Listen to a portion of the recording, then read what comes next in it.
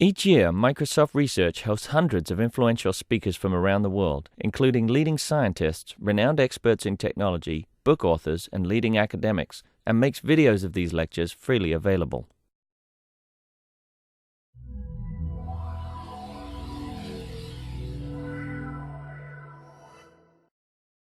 Good afternoon. My name is Amy Draves, and I'm here to introduce Tony Wagner, who is joining us as part of the Microsoft Research Visiting Speaker Series. Tony is here today to discuss his book, Creating Innovators, The Making of Young People Who Will Change the World. The most effective teachers and employers are developing cultures of innovation based on collaboration, problem-solving, and intrinsic motivation. Through play, passion, and purpose, we can create the change makers of tomorrow. Tony Wagner is the Innovation Education Fellow at the Technology and Entrepreneurship Center at Harvard.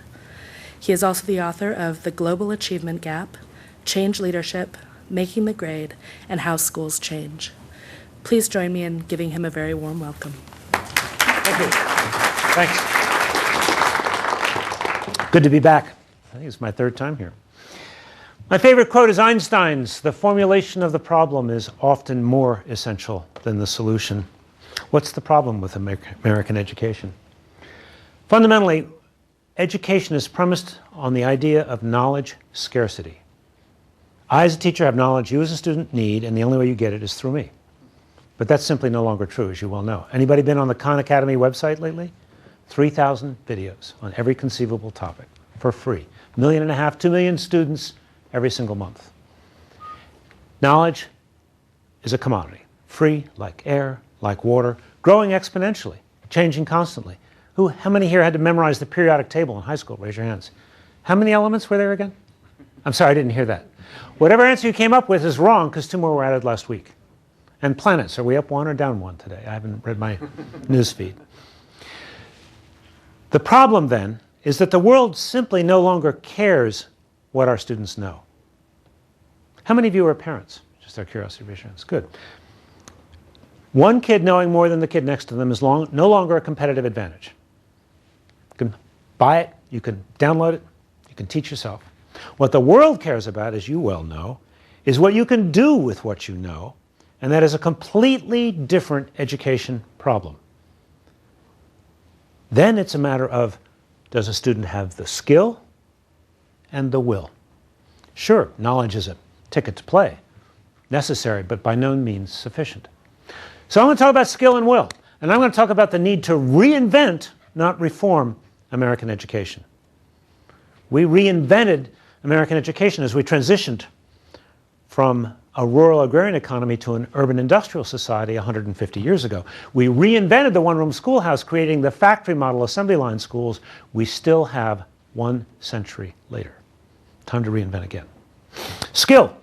How many of you read The World is Flat? Raise your hands. Everybody, I assume that. I read it and scared the hell out of me. Because as you know, he describes a world where increasingly any job that can be turned into a routine is very rapidly being either offshored or automated. Talked to Friedman recently. He said, I got one thing wrong in that book. I said, what? He said, the pace of change. It's happening far, far more rapidly than he ever imagined possible. So I decided to do a very different kind of research. I talked to a very wide range of executives, beginning about 5 years ago, to try to understand what are the skills that matter most, what are the gaps. Talked to folks literally from Apple, that other place, to Unilever, to the US Army, to Microsoft. I talked to community leaders, I talked to college teachers, and I came to understand there's a set of core competencies every single student must be well on the way to mastering before the end of high school. I call them the 7 survival skills, and it's not just to get and keep a good job. These are the same skills you need for continuous learning and active and informed citizenship. These will not be in any way a surprise to you, but I'll repeat the list briefly. Critical thinking and problem solving. What's that? First and foremost, the ability to ask the right questions, really good questions. Collaboration across networks and leading by influence. Number 3, agility and adaptability. Number 4, initiative and entrepreneurialism. Dwell on this for a minute. Talked to Mark Chandler, Vice President, General Counsel of Cisco Systems, and he said to me, you know, if I have an employee who today sets and meets 5 goals, that's no longer good enough. He said, if on the other hand I have an employee who sets 10 stretch goals, takes initiative, and perhaps only succeeds at 7 or 8, he or she is a hero. But think for a moment. What would that student be if he or she was in school? They would have missed 2 or 3 out of 10. C, B student. I'm going to come back to this issue of failure. Number 5, effective oral and written communication, and it is the #1 complaint of both college teachers and employers. Senior executive at Dell said to me, the reason these kids can't write? They don't know how to think. They don't know how to reason. They don't know how to analyze. And he said, that's only half the problem. He then said something that kind of warmed my recovering high school English teacher's heart. He said, they do not know how to write with voice, his exact words, meaning they don't know how to put their own passion and perspective into their communications so as to be persuasive. Number 6, accessing and analyzing information. We all know that. Number 7, curiosity and imagination. How many have read Dan Pink's book, A Whole New Mind? Raise your hands. As you may know, he argues that curiosity and imagination have become increasingly important in a very sophisticated consumer society where people want products and services that have flair, that are creative, that are empathetic. However, I've come to see curiosity and imagination and their importance in a completely new light in the context of my recent research. Okay, so that book came out, The Global Achievement Gap, 3.5 years ago. And essentially the global achievement gap, quite simply stated, is the gap between the new skills all students need for careers, college, and citizenship versus what is taught and tested even in our very best public and independent schools, where I've spent an enormous amount of time observing classes. Quite frankly, we're trying to do accountability on the cheap using factual recall multiple choice tests that tell us absolutely nothing about college, career, or citizenship readiness. Accountability 1.0 is totally broken. So that book came out, 2 things happened immediately. I got a kind of affirmation and response worldwide that took me totally by surprise. Literally, from Taiwan to Singapore to Thailand to Bahrain to Helsinki to Budapest to Madrid. And everywhere I went, literally from West Point to Wall Street, people said, yep, these are exactly the right skills. No question. But then the second thing happened, the economic collapse. And I suddenly observed kids coming home with a BA degree in one hand and $30,000 of debt in the other, going home to no job. Seemingly had mastered many of these skills. Why no job? What's the problem? Right now today, 53% of all recent college graduates, 4-year college graduates, are either un- or underemployed. A third of them living at home. What's the problem? Well, as I tried to understand this economic crisis, I began to realize it's more than just credit default swaps and a hyperinflated real estate market. Something had not realized until studying this. More than 70% of our economy is driven by consumer spending and is growing every year. Point 1. Point 2, that consumer spending has been increasingly fueled by people going into debt, pulling money out of their houses, putting money on their credit cards as fast as they possibly can.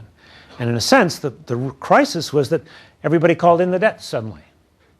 But it fundamentally led me to realize that we've created an economy based on people spending money they do not have to buy things they may not need, threatening the planet in the process. It's very clear, and even economists now say, that is not a sustainable economic model. Not sustainable economically, environmentally, and I would argue spiritually. But what's the alternative? What's going to be our niche in the global knowledge economy? How are we going to create jobs? So as I studied this, one word appeared over and over again in all the literature. You know the word, you guys live it. Innovation. The idea, though, is not just high-tech or STEM innovation, not just those breakthroughs, but the idea being that we need to create more solutions to more problems that the world values and wants to buy. More different solutions to a wide range of problems that generates jobs, creates wealth. Little problem, though. How do we create more innovators? And the innovators that we have, are they innovative because of or in spite of our education system? You know the Bill Gates story, but what about Edwin Land, inventor of the Polaroid instant camera? What about Martin Zuckerberg? What about Bonnie Raitt, the folk singer? What do all 4 of them have in common? They weren't just college dropouts. They dropped out of Harvard, thank you very much. So I took on a very different kind of research this time. I started talking to young people in their 20s, a very wide range of them who were innovative in a number of areas. Many of them were STEM innovators, but others were innovative in arts and music, social entrepreneurship and innovation. And as I talked with them, I tried to understand the ecosystem that had helped them to become innovators. I mean, some of them were born gifted, some not so gifted, but they all had an ecosystem. So I interviewed each one of their parents, trying to discern patterns of parenting that had made a critical difference. I then asked each one of them, is there a parent or a teacher, a teacher or a mentor who's made a critical difference in your life? A third of them could not name a single teacher, most of them coming from disadvantaged urban backgrounds. I then interviewed all of those teachers and mentors. And I discovered a pattern that I continue to find deeply disturbing. In every single case, the teachers whom I interviewed, from elementary school to graduate school, were outliers. Outliers in their educational settings, teaching in ways that were very different than their colleagues, but ways that were very consistent with some of the most innovative schools I have been to and observed, places like High Tech High in San Diego, New Tech High, Olin College of Engineering, MIT's Media Lab, the D School at Stanford. In all of these places, consistent with what these teachers and how these teachers taught, the culture of schooling, as we know it and still practice it, is radically at odds with the culture of learning that creates innovators in 5 essential respects. Number 1, we celebrate and reward individual achievement. We grade and rank and sort kids according to achievement levels. Some of that may be necessary, some of that may even be useful, but as you well know, innovation is a team sport. And every one of these teachers built real accountable teamwork into all of the assignments they gave their students, as well as individual work. Number 2, we celebrate and reward specialization. And of course, there's a role and an importance for that. You, again, know that very well here. But in every case, we understand that real innovation is about a multiple discipline perspective on a problem or a project. Judy Gilbert, Vice President of Talent at Google, said to me, if there's one thing educators must realize is that problems can neither be understood nor solved within the bright lines of academic disciplines. And yet that's what we reward. That's what, the way you get tenure in this country is to know this much about something this wide. When I did my dissertation at Harvard, I was told that my dissertation would be a conversation between myself and 1 or 2 other people in the world. 4 years for a conversation with 2 people. I don't think so. Number 3, culture of schooling is risk averse. We penalize failure.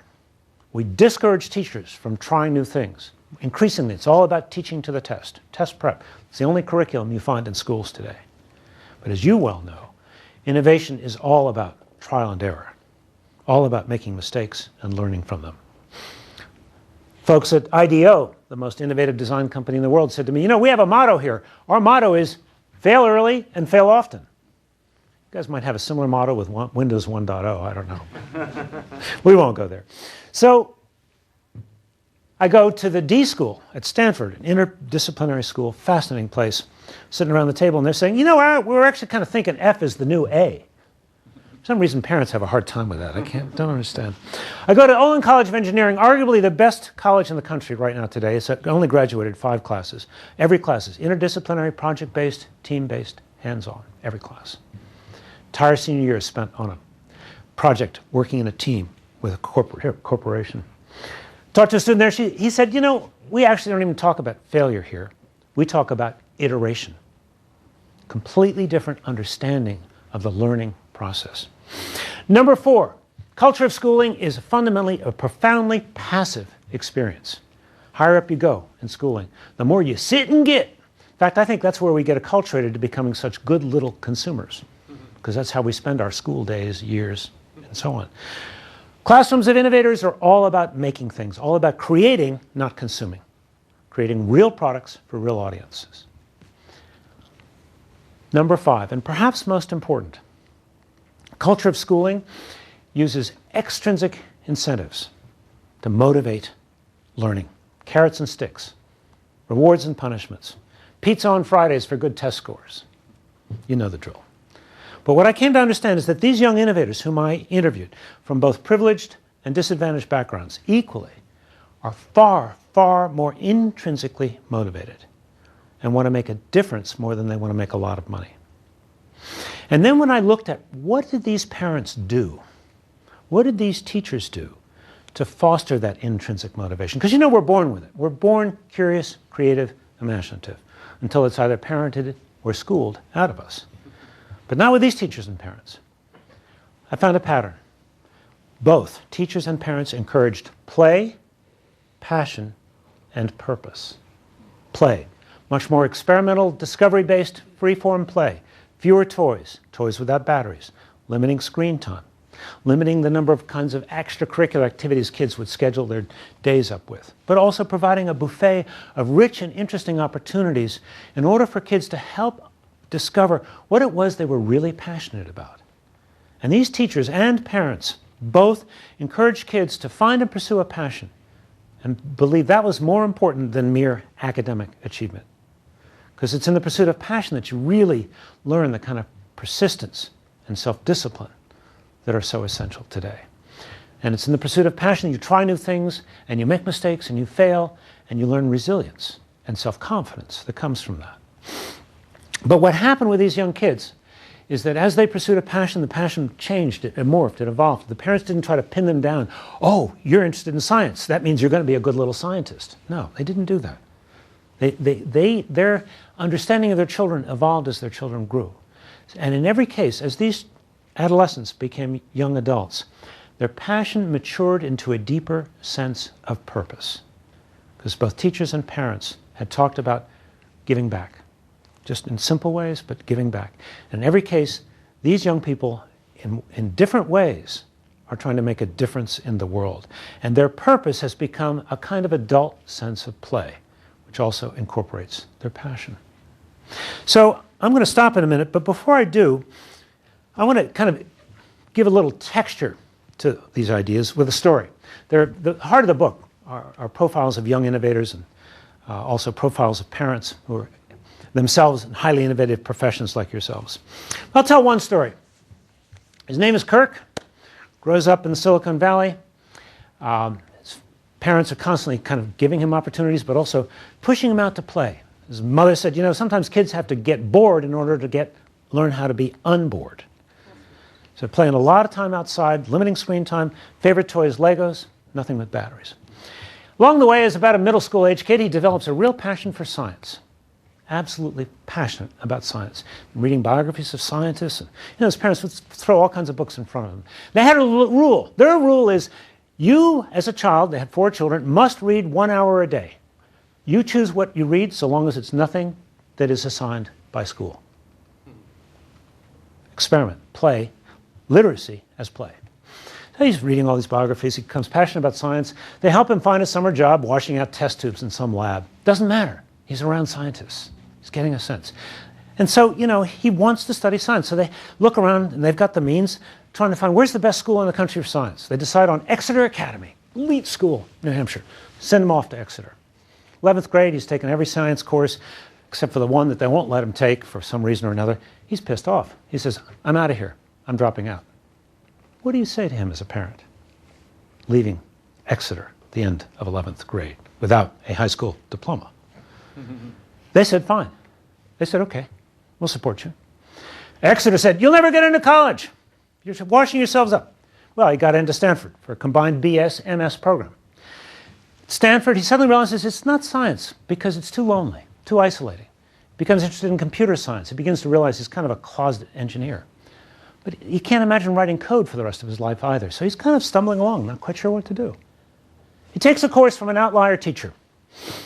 Ed Carrier, PhD from Stanford, 10 years of industry experience. He's a professor of practice who never got tenure, will never get tenure, because he's passionate about teaching young innovators, like the co-founder of Tesla. 20 people from Apple all come through his lab.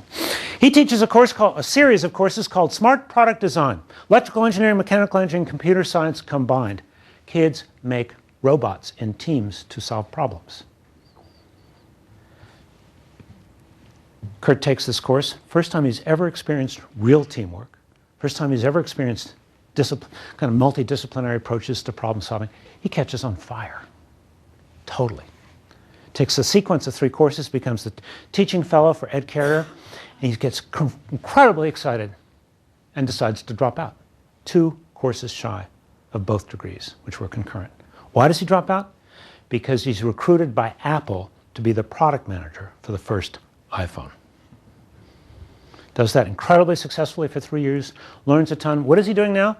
He's a part of a startup called Sunrun that is developing entirely new approaches to financing solar panels for residences. A startup. He's 29. He's an innovator. And as you really kind of reflect on the story and all of these others, you begin to understand how important play, passion, and purpose is in the lives of young innovators, and how much it is missing from their schooling, and how hard these parents have worked to keep that spark alive. So I'm going to stop at this point. I'm going to invite you to ask questions, disagree, challenge me. I want to hear what's on your mind.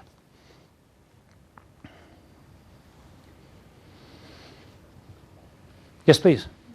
Did you talk to any of the kids after graduation and their perspective on the way the different schooling impacted their performance or ability to function in the workplace, and like a big place like Microsoft versus a small startup? All of these young people whom I interviewed were in their 20s, and I've interviewed them all within the last 2.5 years. So I've not had enough of an opportunity to do anything longitudinal. But it is very interesting, and I think it's going to be a challenge for large companies. None of these kids are very excited about working in a large corporation. Not at all. Many of them are far more entrepreneurial. And they're an interesting cross-section. They're not just, gifted geeks. They're a cross-section of kids, some of whom, as I mentioned, are from disadvantaged backgrounds. So I think there's an interesting challenge here for large corporations about how do you attract this kind of, and retain this kind of talent. I mean, after 3 years at Apple, Kirk was done. He was ready for his startup. Same with some of these other kids. So I think a question for large corporations, how do you really attend to this whole idea of intrinsic motivation? How do you attend to play, passion, and purpose in the workplace? How do you encourage people to take risks and learn from mistakes, not just in writing code, but in lots of other ways? Other questions? Yes, sir. Do you have any proposal as to how to revamp the U.S. education system? Yes. Do you think the main problem is the lower grade or at the university level? It's K-16. It's everywhere. And what I found out, in fact, I began this project assuming that, of course, our Research One universities, our best, our elites, are contributing to innovation. Well, I interviewed 5 college professors, MIT, Harvard, Stanford, Carnegie Mellon, Tulane, all of them having produced extraordinary young innovators. None of them had tenure. None. Why? Because Research One universities run on the amount of money they bring in for pure research. And there is a huge gap between pure research and applied innovations. And all of these teachers were much more interested in the master's students and what they were going to do in the real world than they were in creating more researchers. But to finish the question, I see your hand. Here's the first problem. What gets measured is what gets taught. In this business, having the wrong metric is worse than having none at all. We have the wrong metric in this country. We need accountability 2.0. We need business leaders to speak up to that. We are measuring the wrong things. Kids can score well on tests and be totally unprepared for college careers and citizenship. Accountability 2.0 means assessing the skills that matter most, and the tests exist. I've described them in my last book, The Global Achievement Gap. Tests like the College and Work Readiness Assessment, an online test of analytic reasoning, critical thinking, problem solving, and writing. We need to also gauge accountability for both students and teachers on a body of work of students. I want to see every student have a digital portfolio that follows the student from first grade. We're going to also have to invest massively in completely reinventing the preparation of teachers. I went to Finland a couple of years ago and made a documentary a number of you may be interested in called The Finland Phenomena. It's the highest performing education system in the world. And what's their secret? Every teacher has a master's. Every teacher has to do real research.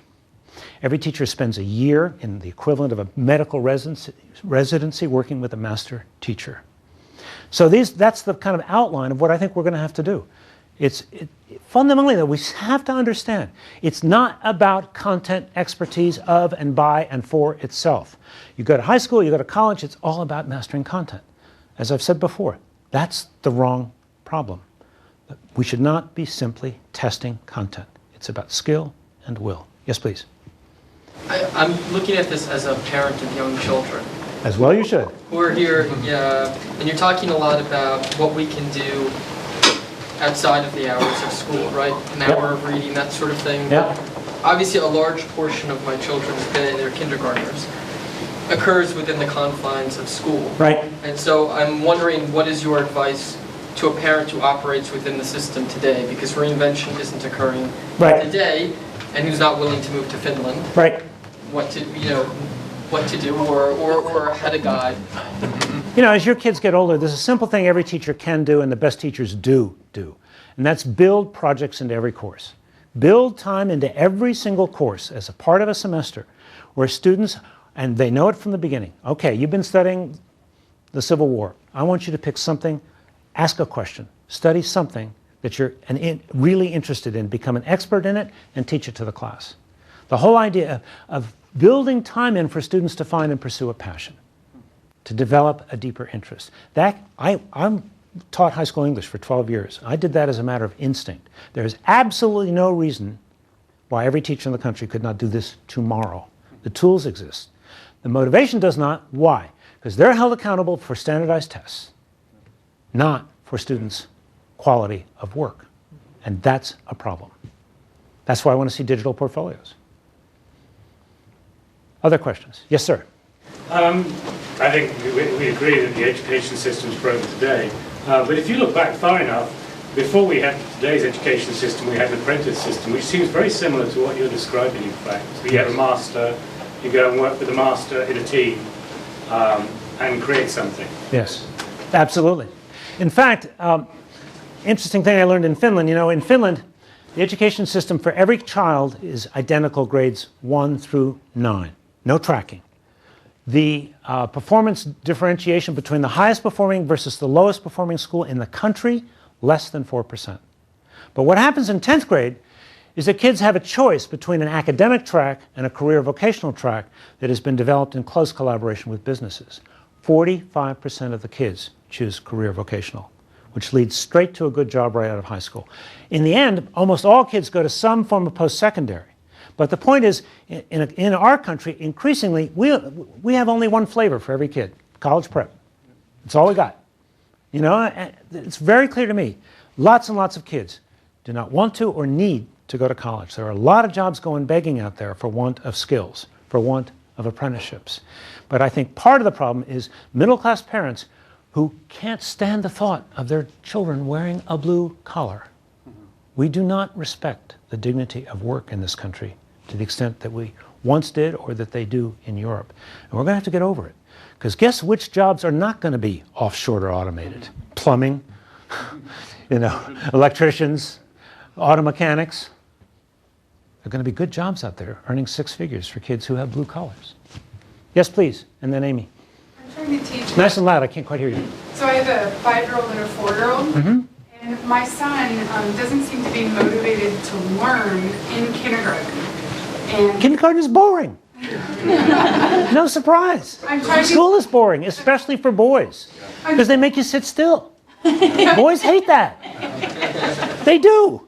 Well, my parents taught me to be a good student. Mm-hmm. And I'm trying to impart that to my son, but it doesn't seem to be sticking.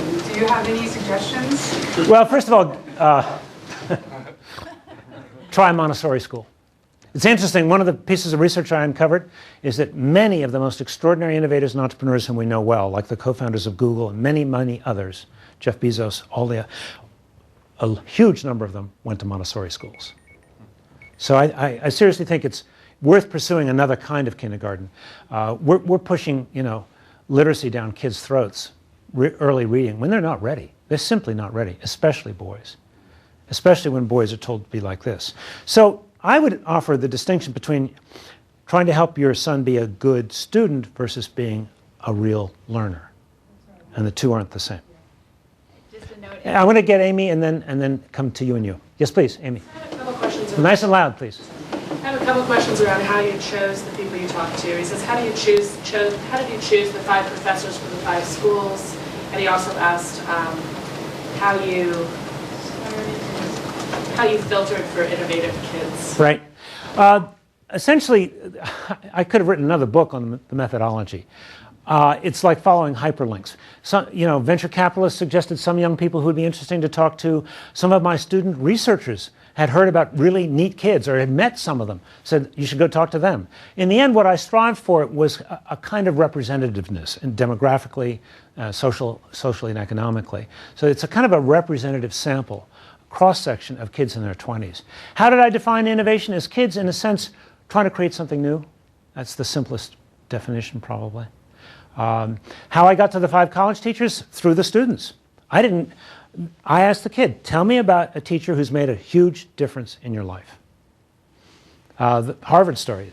David Senge, 5 days before his graduation from the engineering program at Harvard College, 5 days before his commencement.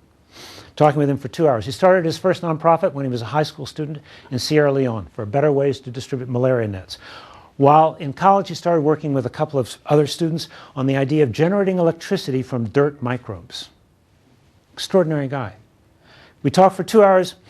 He tells me all about this guy, Paul Bottino, who's been kind of his mentor. Informally, he'd bap in and talk to Paul. Paul's not tenured, never will be. Runs a little program called the Technology and Entrepreneurship Center. Talked with David, and I said, David, you haven't said a word about your classes. You're 5 days from commencement. He said, well, that's because I didn't learn a thing in any of my classes, except for Spanish. I learned to speak Spanish, he said. Everything I learned that I value was out of the classroom. So that's how I found those teachers, Harvard, MIT, Stanford, was through the students. People whom they said had made the critical difference in their lives. So a hand here, hand here, hand here. Yes, please. I was an exchange student in high school in Finland. So I lived in a small town in Finland, and I had a couple of really interesting experiences. One, a math teacher who became my mentor, and we still keep in touch since day. Wow. It's been a long time now. And then also just another note on the 5-year-old. Another thing that's interesting in Finland is they don't even start school till they're 7. That's right. So there was a 7-year-old host sister, and she was just beginning to start to go to school. She'd had all that other time. They have universal preschool that is entirely play-based and emphasizes the arts. Kids go to school later, starting a year later. They spend less time in school. They have a shorter school day, shorter school year.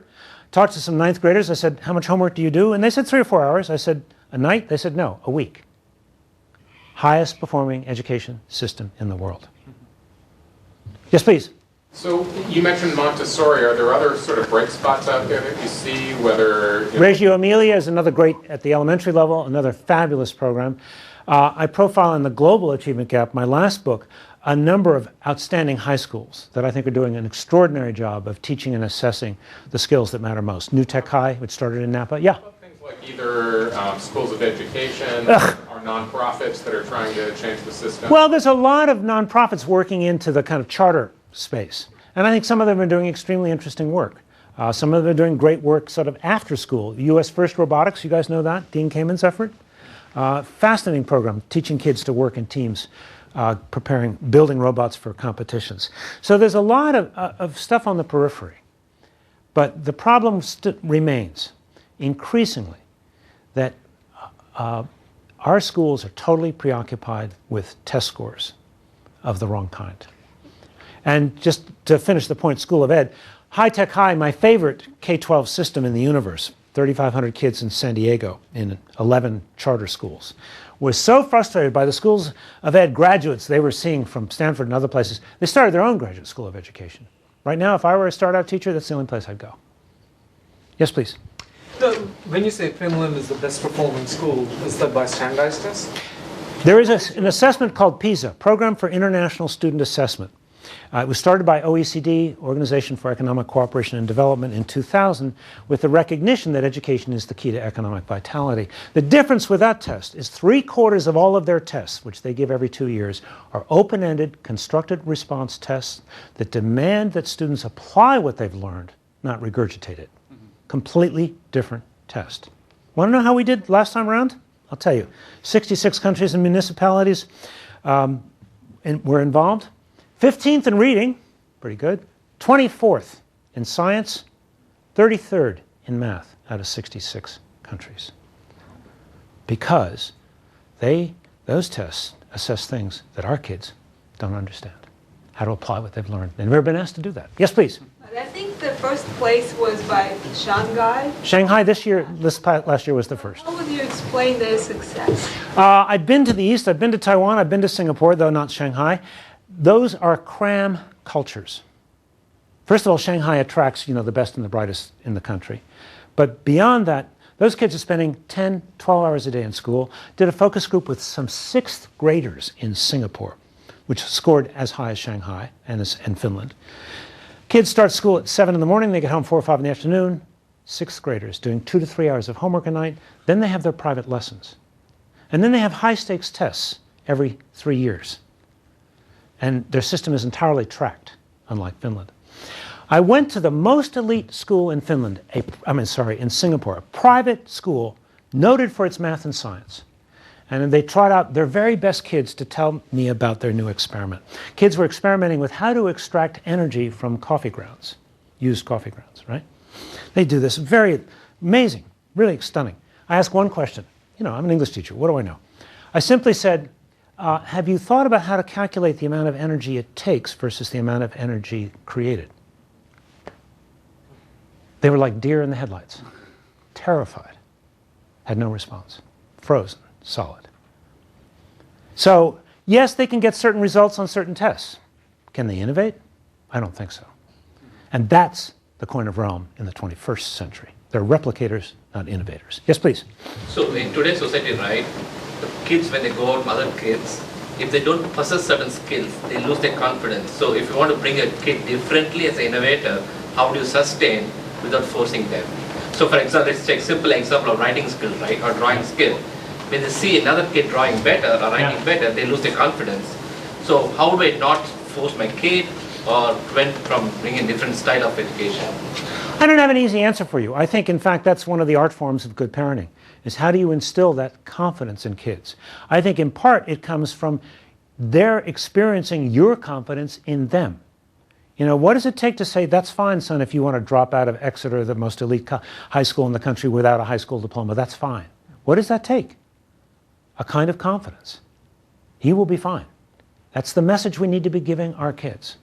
And it's fine if you're not as skillful in something in particular right now. Besides, there's 2 different things here. I was never skillful in music, but I happen to love it.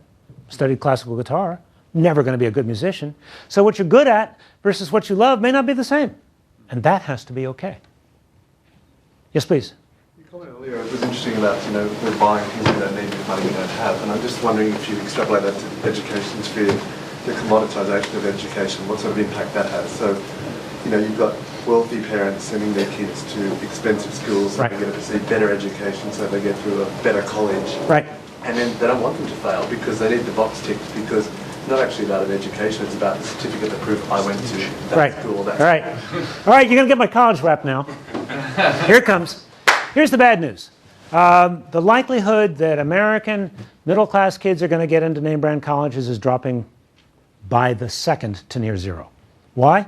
Global applicant pool. Highly talented kids from all over the world applying for slots in these elite colleges.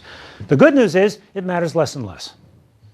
Going to an elite undergraduate school no longer has the competitive advantage it did a quarter of a century ago. Networks are moderately useful in students getting their first job interview, but not the job itself.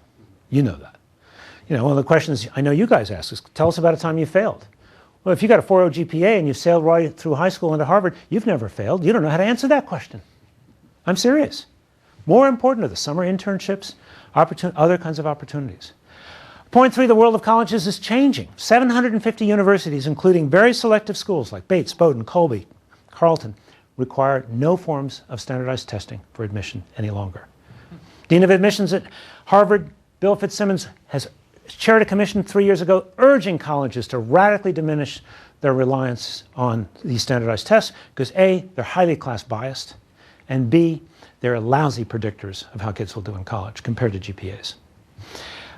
In fact, it was Tufts University last year that invited kids for the first time to submit YouTube videos as a part of their application. We're stunned at the quality and how much they learned from them. So I think that is a changing world, and here's the cherry on the sundae. I don't know how many of you, how many know about Coursera? Raise your hands. Brand new company, startup, a collaboration of University of Michigan, University of Pennsylvania, Princeton, and Stanford. What are they doing?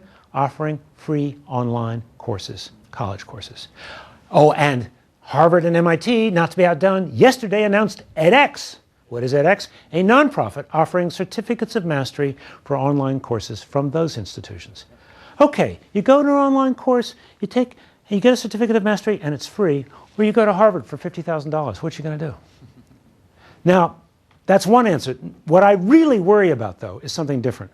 Less about affluent parents sending their kids to name-brand colleges, more about the kinds of educational and extracurricular activities they offer these kids, vacations, summers, and so on. The real achievement gap happens over the summers between the very different experiences kids have. I don't know how many are aware of this, but we have slowly lessened the black-white achievement gap in this country. Meanwhile, the achievement gap between the most and least affluent in our country has increased 40% in 30 years. My biggest fear for the future of this country is the extent to which we're creating a permanent underclass with no hope and no mobility. And it's all about the level of education they're getting. That's my real fear. I don't see anybody talking about it. You had a question, sir. Yeah. About your comment about investing playfulness, and I was wondering about investing playfulness in not only in the school but also in the workplace. And but you're seemingly allergic reaction to electronic games, for example. So, for example, a lot of Xbox games have. When I see my 14-year-old playing Xbox, I see him fail quite often. Right. And try. No, I think there's a lot to be learned from electronic games, and I've played with Xbox. Here's my concern. There's no question you learn skills. There's no question that there's value in that.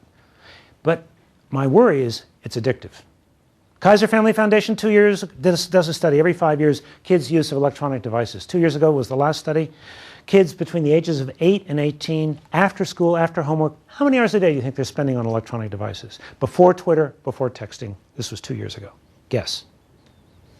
7 hours and 38 minutes. Not a day after school. Not in counting multitasking. Counting multiple devices, it goes to 13 hours a day.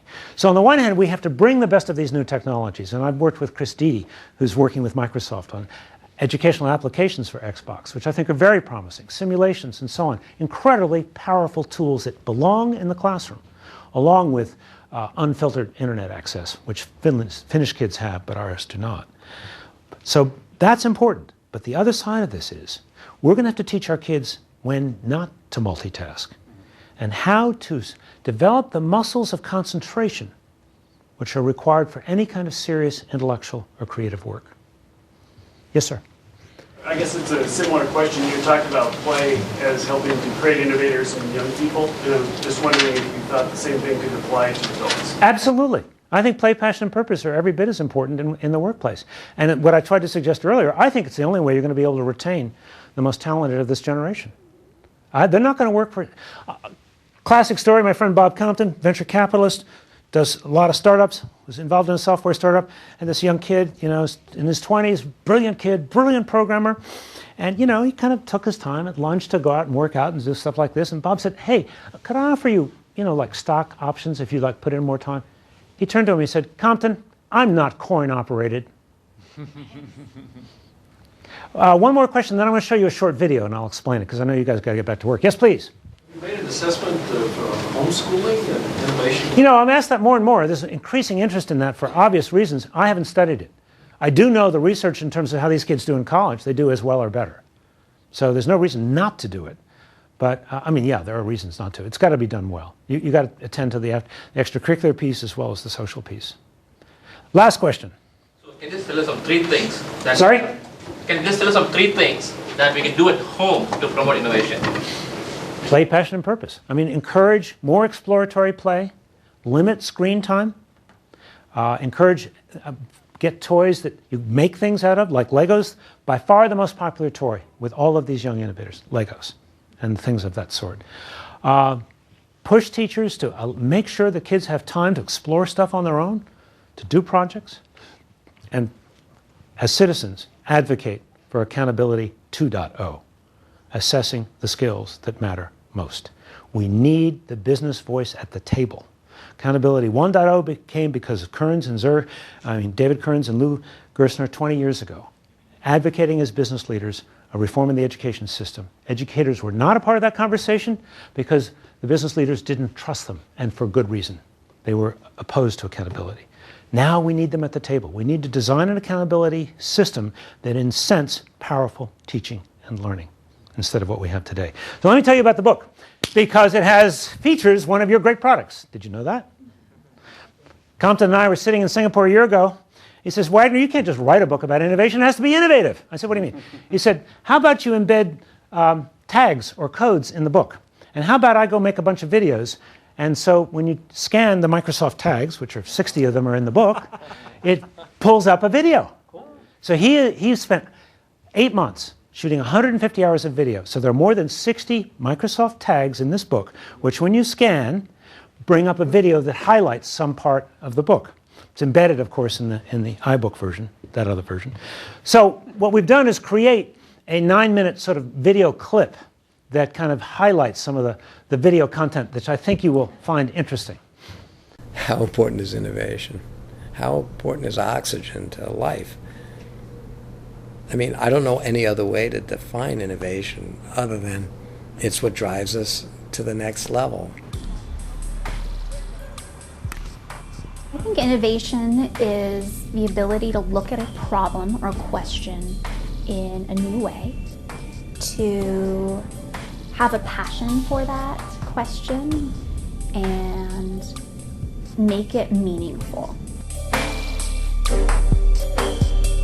CQ plus PQ is always greater than IQ. That is, you give me a young person with a high curiosity quotient, and a young person combines that with a high passion quotient to pursue their curiosity. I'll always take that young person over someone with a high IQ, because when you get young people who are curious and then they have a passion to pursue their curiosity, good things tend to happen.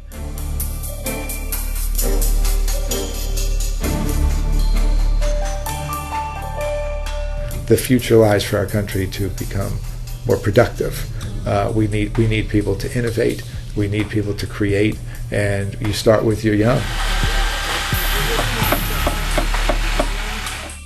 Raising someone with an intention that they'll be an innovator is actually different than raising a child that you want to behave all the time and be quite compliant. You know, how do I help create an environment for this child to be curious, and to ask a lot of questions and not be in any way inhibited by the answers that he comes up with.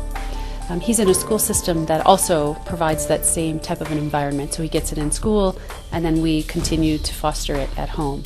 But the goal is to let him ask as many questions as possible, and for us to always think in terms of, let's be curious about what's in front of us.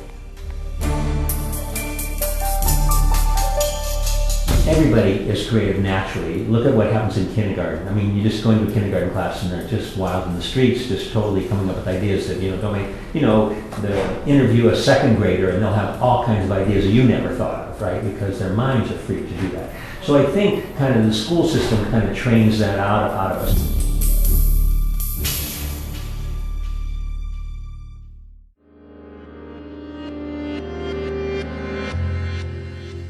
Our school really gives enough time for really to get invested in something, to really figure it out. It's not a quick study of something. If you're interested in blocks, you can build with blocks for a 2-hour period of time and really sort of experiment with materials. We talk about sort of these basic open-ended materials that we have for children every single day. There's blocks, there's clay, there's easel painting, there's sand and water. In that environment, children have a way to work with each other that's very collaborative.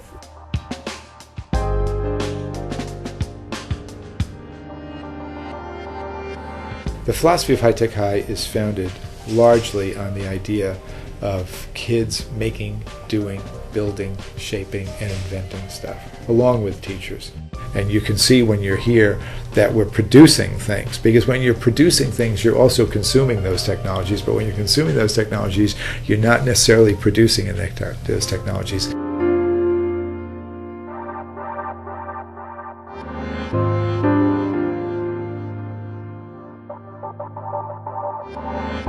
The science part is simply the power tools behind you that make you do it faster and more efficiently. It's not, in fact, what engineering is all about.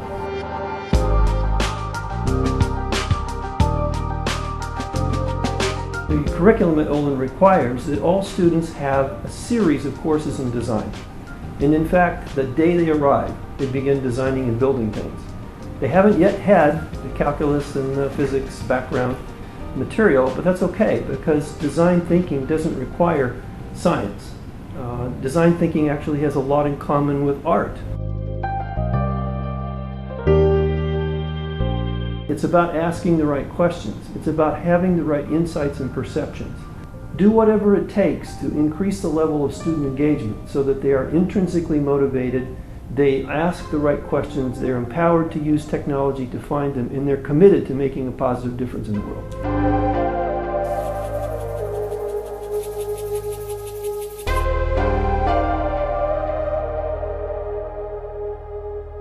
I think there's a class of young people that really want to change the world.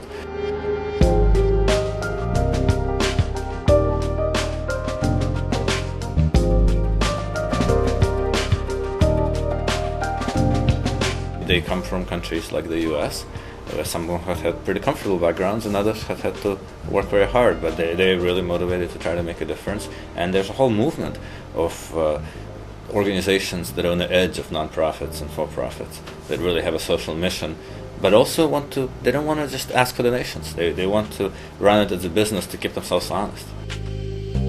It's really important for students to find out what is their passion, right? There's plenty of problems in the world, and no one's going to solve all of them, so why not choose the one that means the most to you?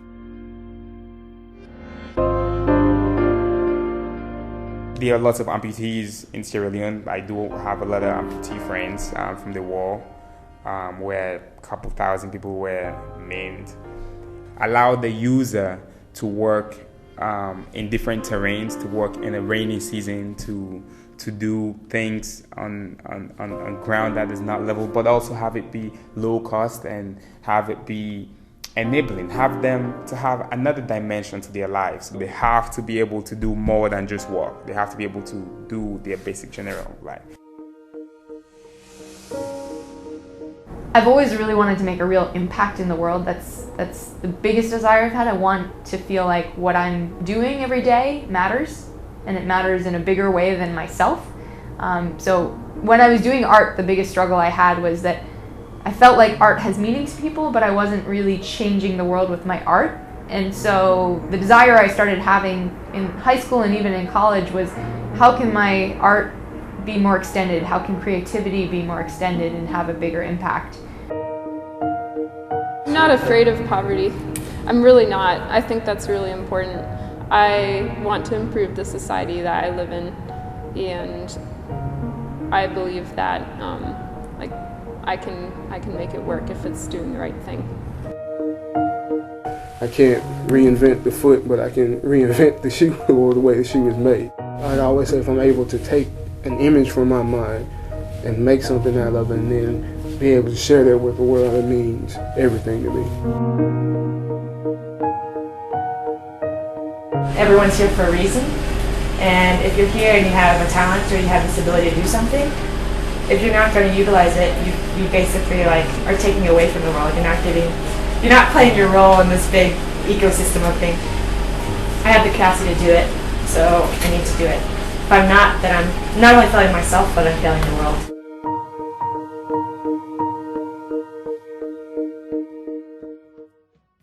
The one thing that cannot be commoditized is innovation. It is increasingly clear to me that young people who are capable of innovating in whatever they do, not just high-tech stuff, but in any kind of job, are really going to have richer, more satisfying lives and many better opportunities to earn a decent living. to have interesting and challenging and rewarding work.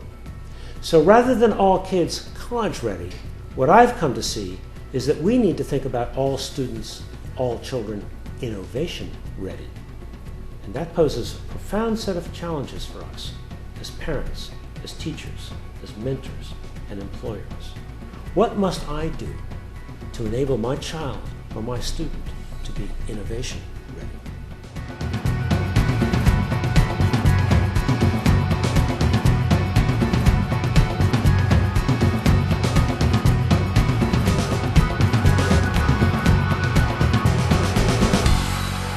Our success is measured more or less by the rate of innovation.